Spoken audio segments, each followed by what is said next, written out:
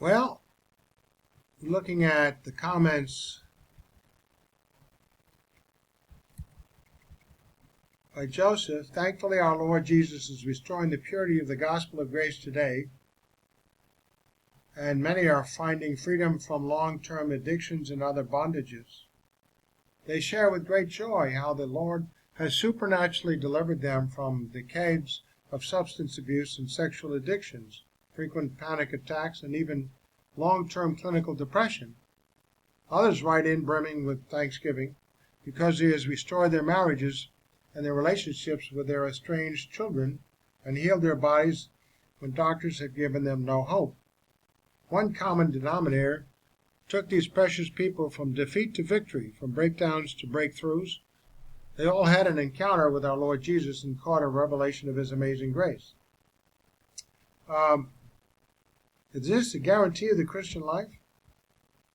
I don't think the Bible supports that. The purity of the gospel of salvation unto eternal life in God's Word has remained pure from Adam and Eve throughout the ages. I don't know what you mean by the gospel of grace, and I don't think it's scriptural.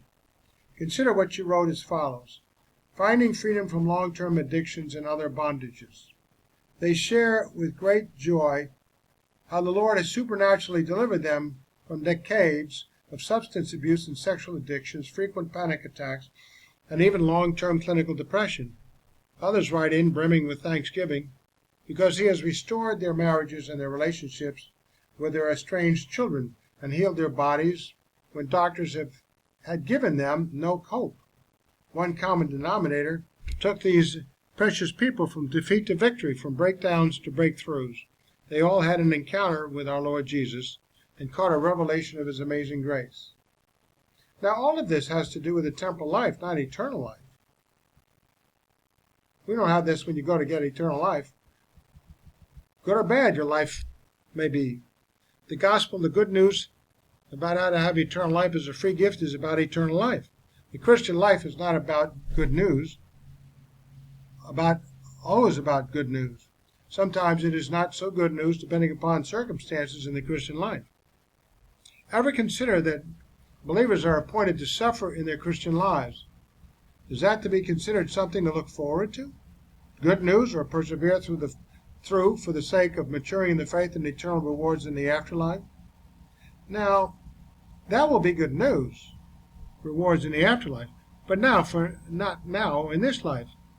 After one becomes a believer, then what you wrote about has to do with the Christian life, wherein the grace of God operates as directed to the believers in this age, especially through the epistles, the leading of the Holy Spirit within, and circumstances provided for the believer by God to respond to in order to mature in the faith and overcome life's difficulties.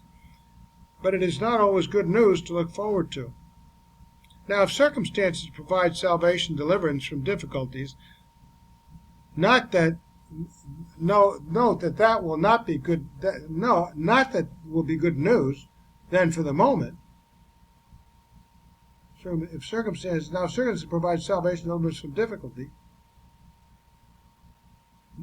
Now I know what I meant. Now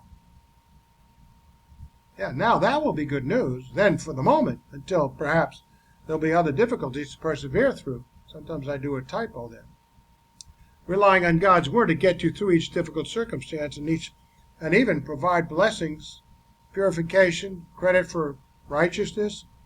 It's kind of good news. You get credit for God's righteousness, even though you're not perfect, and good circumstances by His grace, adding to what the believer has faithfully done, albeit imperfectly. People like Joseph seems to sense that we're going to have some really, really good, perfect circumstances. And some great deliverances expected because you're a Christian. The blessings are there, but not always deliverance. For there is another kind of salvation which is addressed in Scripture, which has to do with the definition of salvation in the original Greek text word of the word sozo. That's the word that has a number of meanings, which is defined in the dictionary as deliverance, one of them, as well as salvation, meaning eternal life, that's another, and a number of meanings, other meanings, like the word other there, depending upon context. In the case of what you wrote, the context of sozo that you offer includes temporal deliverance from things such as addictions, other bondages, substance abuse, sexual addiction, frequent panic attacks, long-term clinical depression, restored marriages, estranged children becoming less estranged, healing of the body because where there is no hope, estranged children getting reacquainted, acquainted,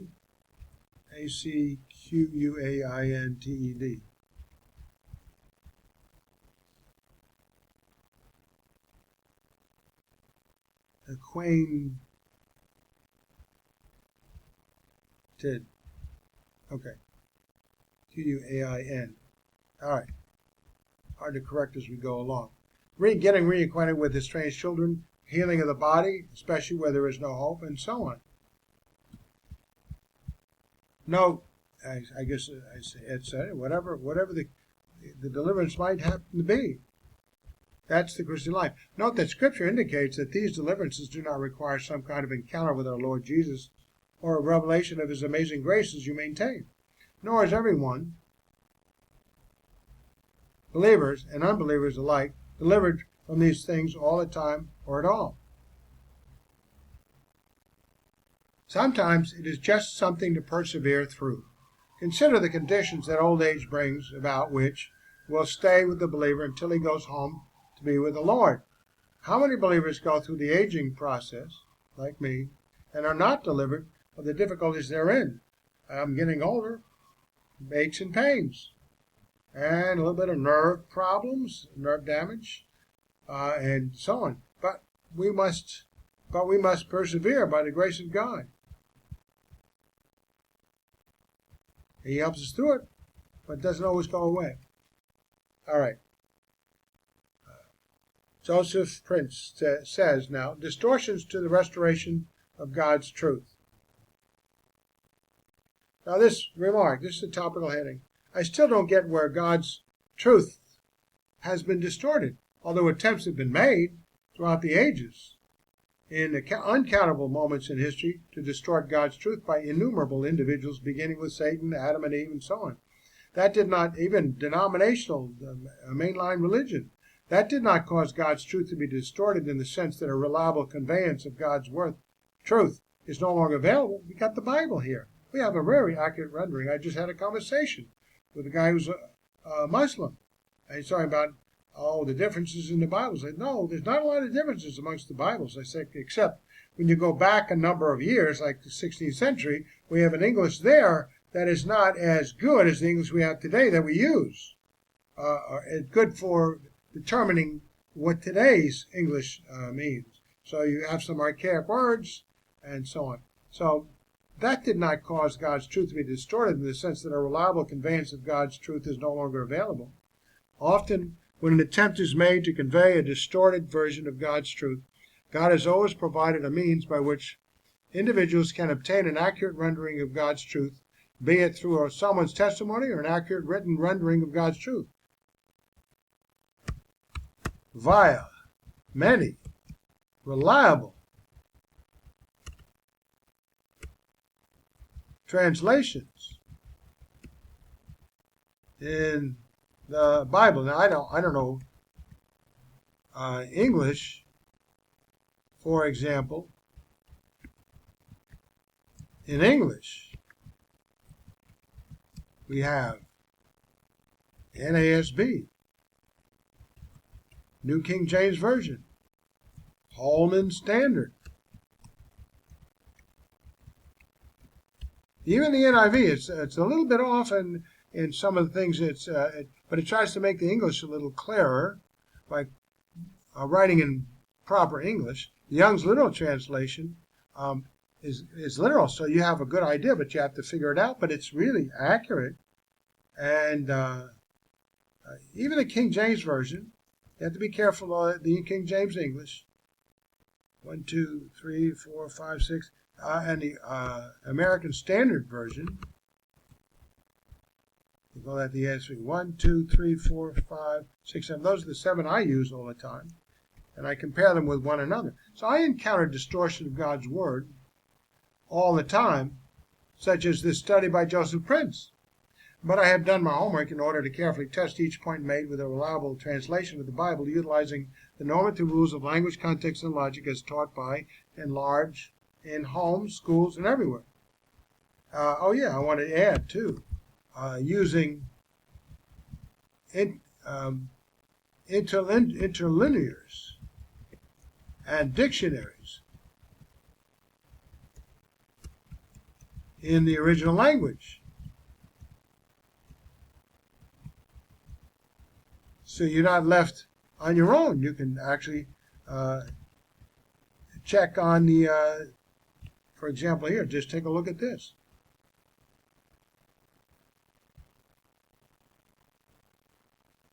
I've opened up the word search, no longer available now, but here's an interlinear.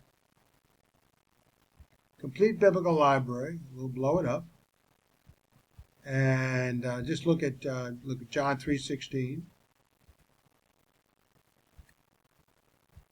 Thus, for God loved the world, and it's aorist tense, so it's so loved the world that the Son, his Son, that is Son, the only begotten, one and only actually, he gave, that everyone, for your sins, that everyone, the believing on him, may not perish, but may have everlasting life. Now you take your English translation and see what that says. Actually, whoever believes, actually it says literally, but that everyone, the believing on him. So everyone, the believing one. It's a noun. Okay? But believing is good. Just remember, you believe and you immediately start having. You look at this. May have, present tense. May have means it depends upon subjunctive mood. Who is the purveyor of eternal life? God. So may have is a certain thing. See, now you've got the original language, and you look at the words, and you say, okay, I like the NASB. What does it say? For God so loved the world that he gave his only begotten, or one and only, Son, that whoever believes in him, see, that's good, shall not perish but have everlasting life. Look at New King James Version. For God so loved the world that he gave his only begotten Son, that whoever believes in him shall not perish but have everlasting life. These are good translations. So we know that. So God's truth hasn't been messed up, as Joseph Smith thinks.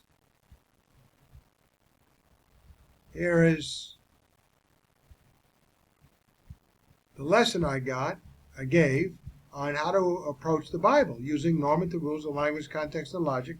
So we have all the tools that we have, and God's Word has not been altered, or it doesn't need to be restored. People don't want to read the Bible, but that doesn't mean it's not available. Since the Word of God has actually not been changed, distorted, and since it is by some means available to all mankind, undistorted, for those who are seeking to receive the truth, then this is not an insurmountable problem. Although there might be a great deal of difficulty, which might require due diligence to resolve the matter, like careful study, expending time in careful study, which we should all do on any subject that's important. Today, in many places in the world, one need only consult a reliable translation of the Bible in their favorite language, of which there are many. There are any number of really reliable English translations of God's Word available, beginning with the NASB 1, Young's Literal Translation, New King James Version, Holman Standard, American Standard King James Version, as I said, and others. And we have reliable manuscripts and interlinear Bibles which convey the text of God's Word as well, in order to convey that the translation you are using is reliable. All right. Joseph Prince goes on to say, nonetheless, it is important we realize that as with any restoration of God's truth in church history, there are distortions today to the restoration of the truth of grace. We don't need there are distortions. But I don't get the idea the